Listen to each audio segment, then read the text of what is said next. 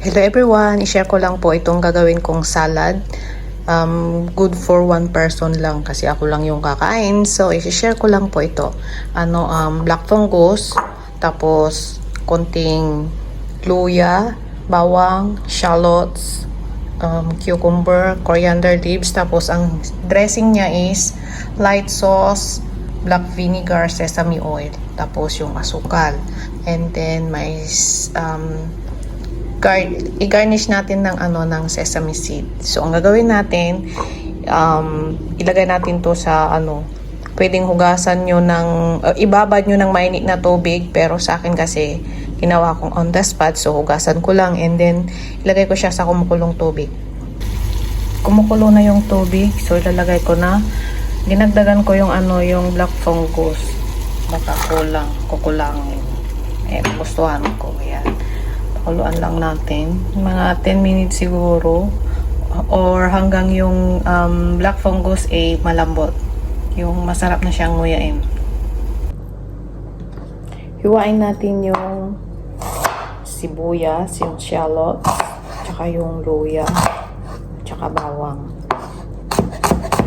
Kung may sili, kung gusto nyo or mahilig kayo sa sili, pwede nyo lagyan ng sili. Kasi hindi ako mahilig sa sili. Hindi kami bati ng sili. Pagkatapos ko pong hiniwa yung yung sibuyas, nilagay ko muna sa isang plato habang niluluto ko yung yung black fungus. Sunod ko namang hiwain yung bawang. Una, pinitpit ko muna, tapos hiniwa ko, chinap-chap.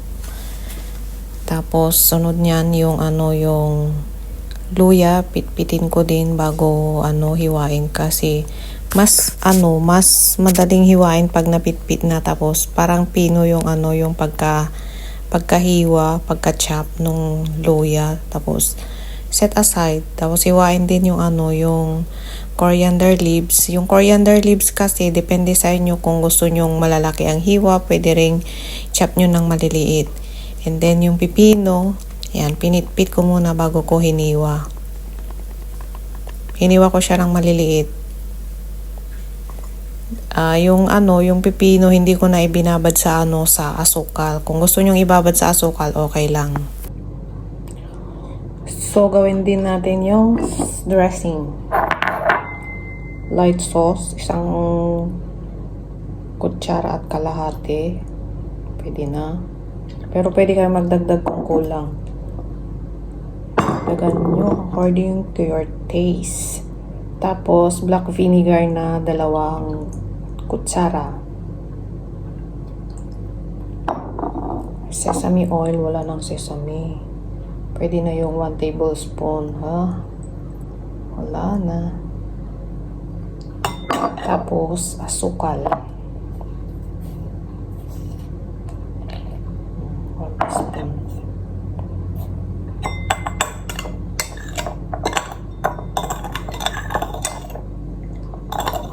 Haluin lang hanggang matunaw yung asukal.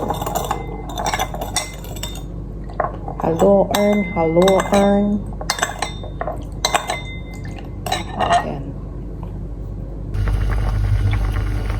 Pwede na yung black fungus, malambot na siya, so hugasan ko na ng malamig na tubig. Pagkatapos lutuin yung yung black fungus, kung malambot na, hinugasan ko ng 3 beses or more than yata. Hindi ako sure.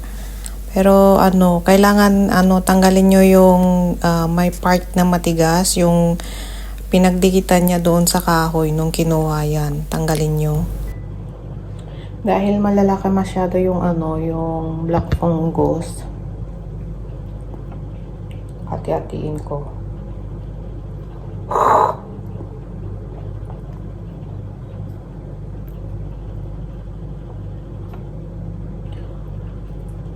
Pag may makita kayo na yung parang matigas sa part na ganito, pwede nyong tanggalin.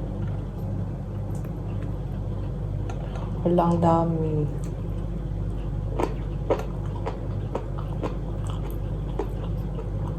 Ang black fungus daw, sabi niya amo, Maganda daw sa ano, pag mataas yung cholesterol mo. Yun ang sabi.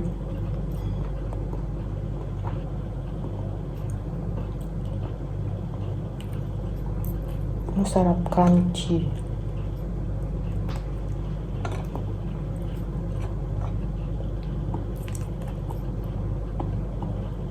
Kung masipag ka naman na hati-hatiin ng maliliit, okay lang. Pero ako, wag na. Ito yung sinasabi kong tanggalin yun.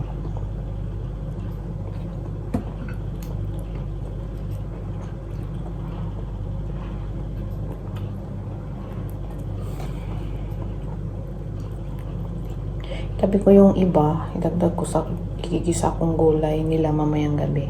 Ha? Okay. Tama na to. Sa maliit na bowl na ano, black fungus. Tapos, ihalo na natin yung lahat ng ingredients. Oh, maliit. Black fungus, cucumber, shallot, bawang at luya, at yung coriander leaves.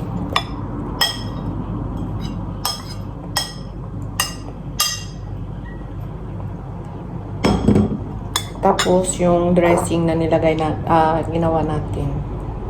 Black vinegar, sesame oil, asukal, light sauce. Then, haluin.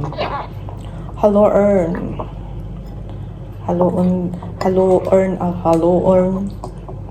Hanggang mahalo lahat. Hanggang mahalong mabuti. Oh. Yum.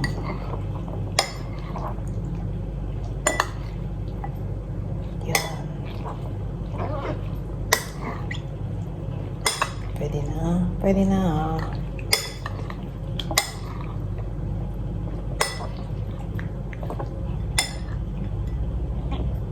Yan.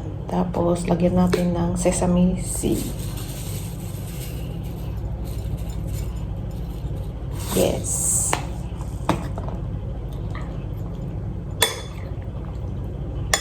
Ang sarap. Lagyan natin.